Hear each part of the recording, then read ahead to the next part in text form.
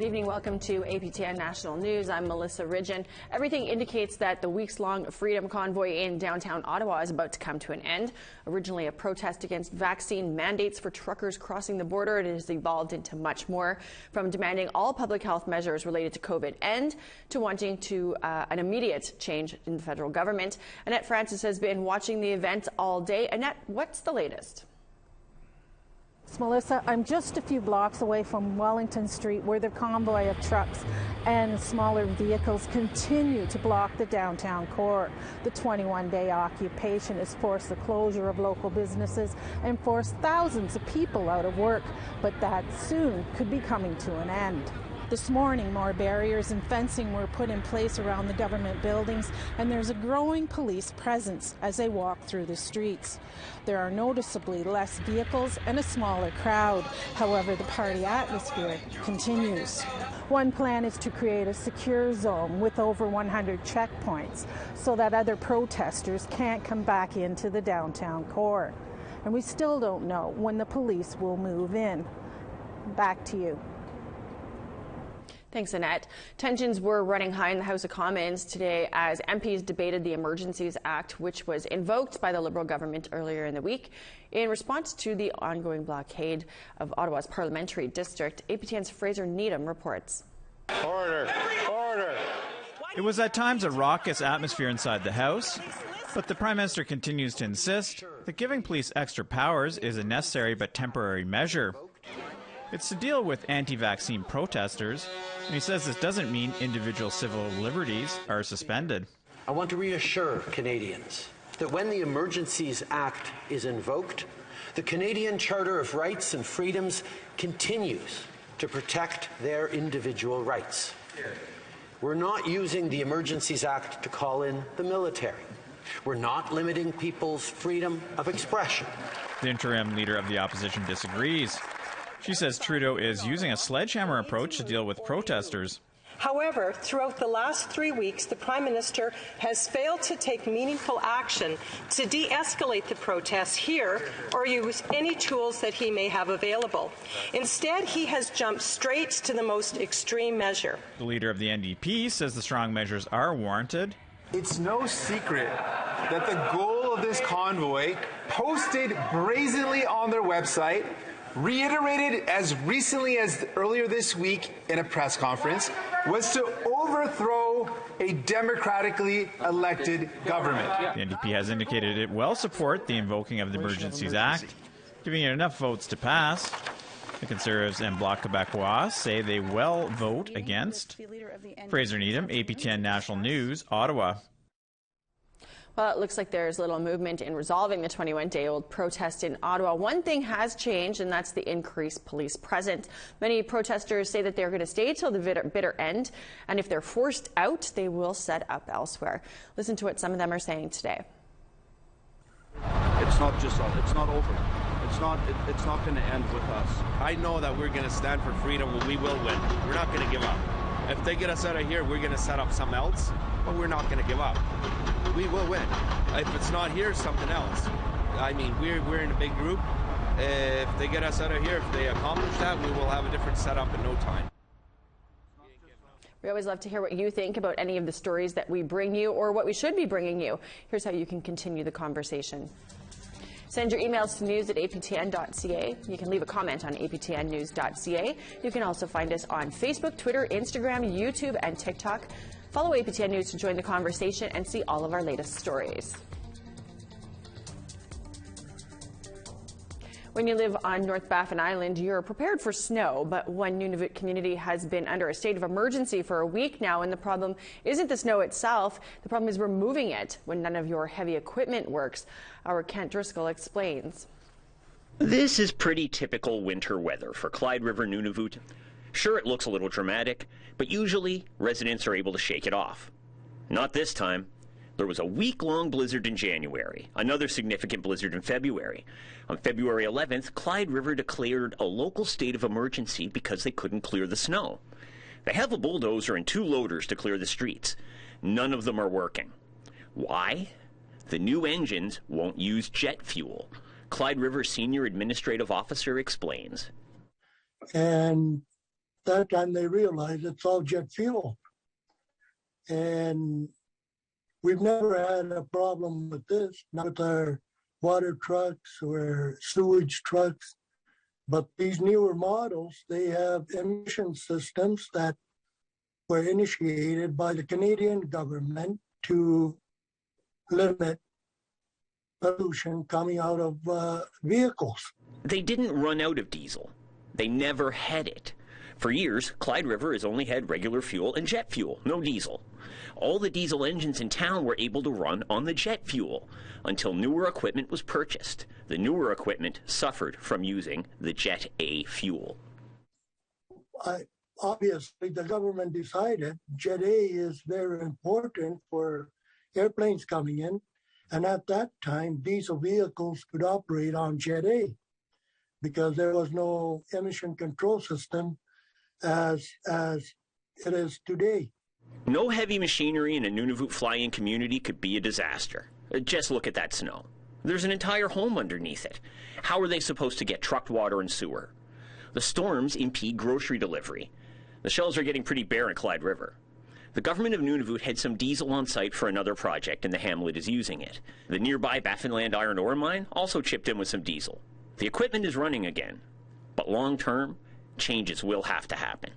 Realize that the long-term solution is to do a lot of work in our tank farm.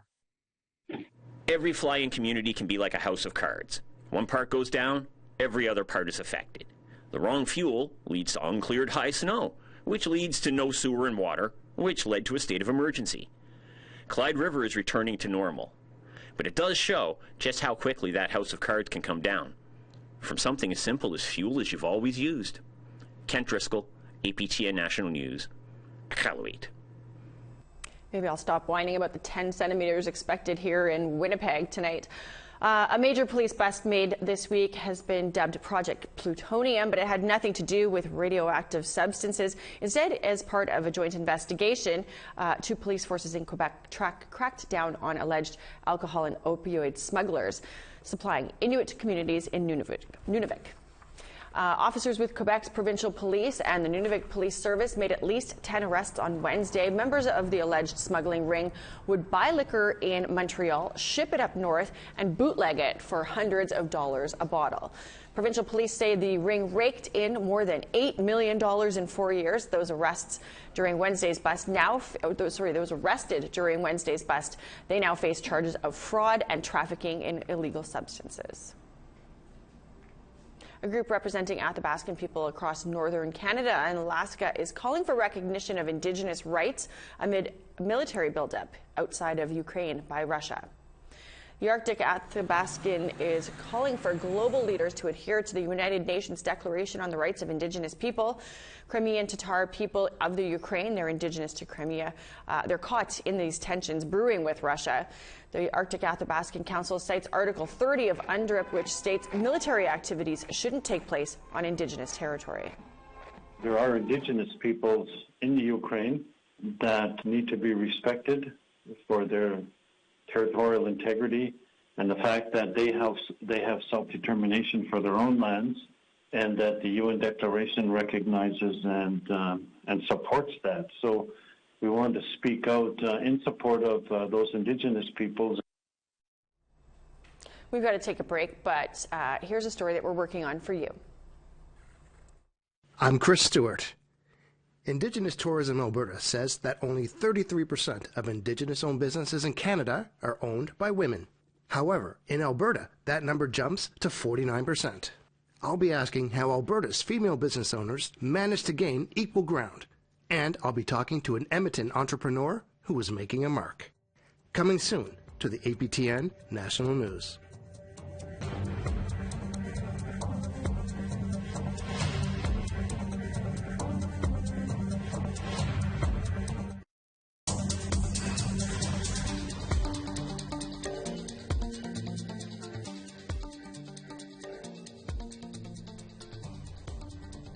Earlier this week, the National Chief of the Assembly of First Nations took part in the Valentine's Day March in Vancouver to honor murdered and missing women and girls.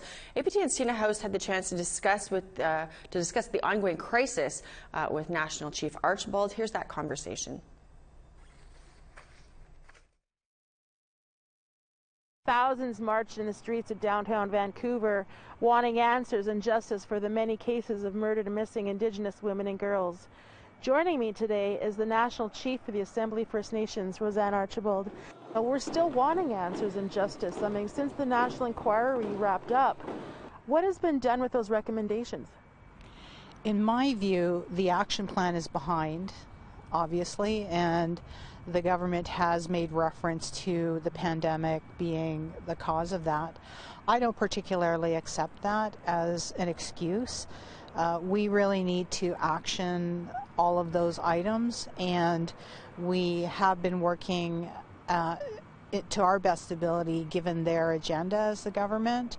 And so there's work to do, and the AFN does have processes, and looking forward to accelerating those calls for justice. I mean, blaming the pandemic is one thing, but we do know that because of the pandemic, more and more women are suffering behind closed doors. More and more women are feeling the effects of violence and physical and sexual and so forth. It's not getting any better. I mean, we're continually reporting on women and girls going missing. Now the men as well. So what can the government do today, right now, to make a positive change? Well, there are some underlying other pandemics, shadow pandemics they're called, and definitely violence against women is one of them. Opioid crisis and overdoses is another. And in terms of what we want the government to do is to help us with our vision. And our vision is women who are loved, cherished, safe, and respected and treated with dignity always. How do we get from where we are today to that vision? And that's something I expect the government would want to work with us on.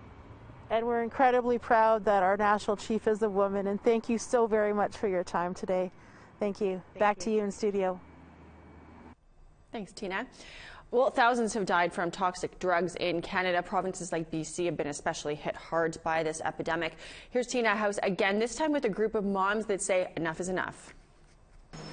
Because we believe that the government has allowed our loved ones to die for the past 6 years. Lisa's daughter, Renee Bedard, was just 29 years old when she passed away alone in her small supportive housing unit of a fentanyl overdose. Her mother says Renee tried to inject herself with naloxone to save her own life while she was overdosing, but it was too late. The police officer that came to our house, sad. This is what happened to your daughter. Like, oh well, we don't do anything about these deaths. We don't try to find the source of the drugs. We don't try to investigate this as a crime, which it is. It is murder. BC's chief coroner says that deaths from the toxic drugs circulating in communities has risen 26% from last year. It's an unspeakable loss.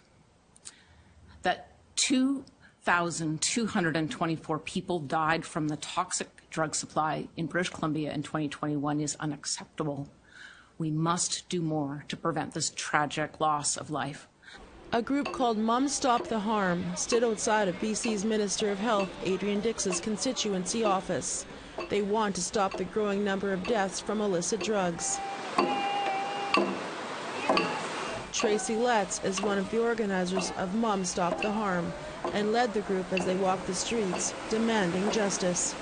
We need action from the provincial government to really put pressure on Ottawa, to get those Section 56 exemptions put through. We need decriminalization in tandem with safe supply. We need a regulated supply. Safe supply as it stands now doesn't exist. However, BC's Minister of Mental Health and Addictions, Sheila Malcolmson, says the BC government has invested more money into treatment initiatives. The new 105-bed specialized addictions and mental health treatment facility at Redfish Healing Centre. That's on the grounds of the former Riverview Hospital, now known as Miqua'ela. It's also particularly specialized around with people that have behavior or particular aggression issues that have been hard to treat in other areas.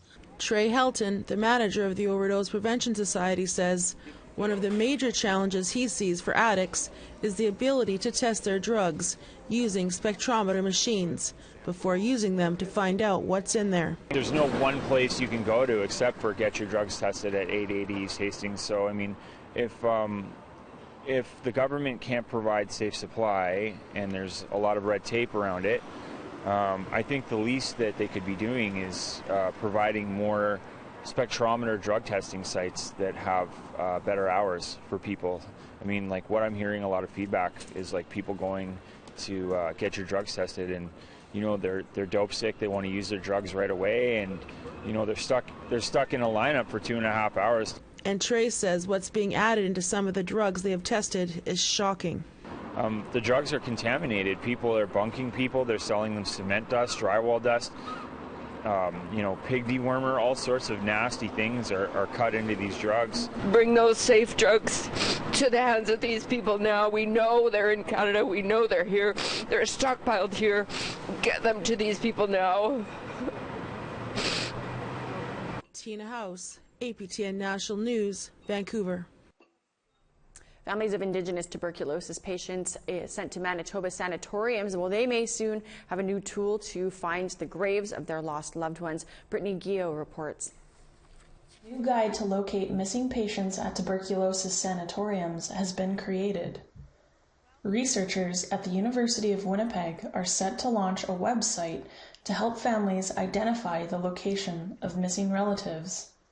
Dr. Ann Lindsay spent years uncovering long-lost patient information from residential schools, hospitals, and government records. She patches together information from churches, residential schools, cemeteries, and various government institutions. She says the work is complex and should be more accessible to families. The bewildering range of places relevant records may be housed makes it difficult and sometimes even impossible for families to find information about the deaths and burials of loved ones. She says understanding the connection between residential schools and tuberculosis hospitals is often overlooked. The connections between and through the webs of bureaucracy that formed around and as a result of federal Indigenous tuberculosis and healthcare policy not only impact the families of former Indian hospital and sanatoria patients, whether those patients arrived as adults or as school children, they also complicate ongoing research into the final resting places of residential school students. A 2020 APTN investigation revealed thousands of Inuit patient letters were written in tuberculosis hospitals across the country. The letters offered insight into the stark conditions patients lived in, and various letters indicate patients were transferred from one sanatorium to the next, often crossing provincial borders. Families of Indigenous tuberculosis patients often find themselves moving between a bewildering array of different systems and different privacy regimes without the kinds of resources and supports that non-Indigenous researchers and genealogists enjoy. She says it makes the search for graves even more difficult. The guide will contain information between 1930 to 1970. Lindsay hopes this resource will make it easier for families to access and locate their missing relatives. Brittany Guillot, APTN National News, Winnipeg. It's time for one more break, and when we come back, a sneak peek at what's coming up right after the news on Nation to Nation.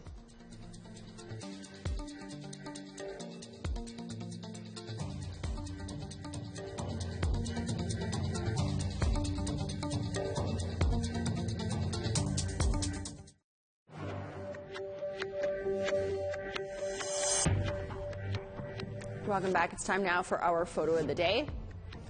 Our viewer Monica Buchanan sent this great photo in to us. It's in British Columbia, but we're not entirely sure it is. Maybe a small rural village along a captured at the day's end, maybe the beginning of the day. I'm not entirely sure. Thanks for sharing though, Monica. If you have a great photo, send it to share@aptn.ca and be sure to tell us everything you can about what we're looking at. Maybe you will be our next photo of the day. Let's take a look now at tomorrow's weather forecast. To the east coast, we got 11 and sunshine for Fredericton, 10 and showers for Halifax. Kuujjuaq -24, clear skies, -18 and clear for Nain. Val-d'Or, -17 and sunny, some snow, and -9 for Montreal. North Bay, sunshine, -15 degrees. Sault Ste. Marie, -7 and snow expected there. You're getting snow too in Kapuskasing, -16 degrees, but sunshine, and -19 for Big Trout Lake. Churchill, -26 and sunny skies. Puckatawaga, -23 and cloud. Snow for Winnipeg, -23. Barons River, -19, snow there too. 0 and sunny for Swift Current, -18 and sunshine for Yorkton. -21 and sunny for Buffalo Narrows, -21 and snow for L'Orange. Snow, -6 for Grand Prairie, -22 and sunny for Fort Chip. -3 and snow for Calgary, -7 and snow for Edmonton. Vancouver, rain and 8 degrees, same with Campbell River and Tofino. -14 and snow for Fort Nelson. Smithers, showers and 6. -8 and snow for Beaver Creek. Rock River, you're getting snow, -27. Yellowknife, -26 and sunny skies. Fort Simpson, -20 and snow. Lots of sun up north. Paulatuk, -22. Colville Lake, -30. Baker Lake, -31 and sunny. Arviat, -27 and sunshine. Kenite, -24 and snow. Tallyoak, -34 and snow.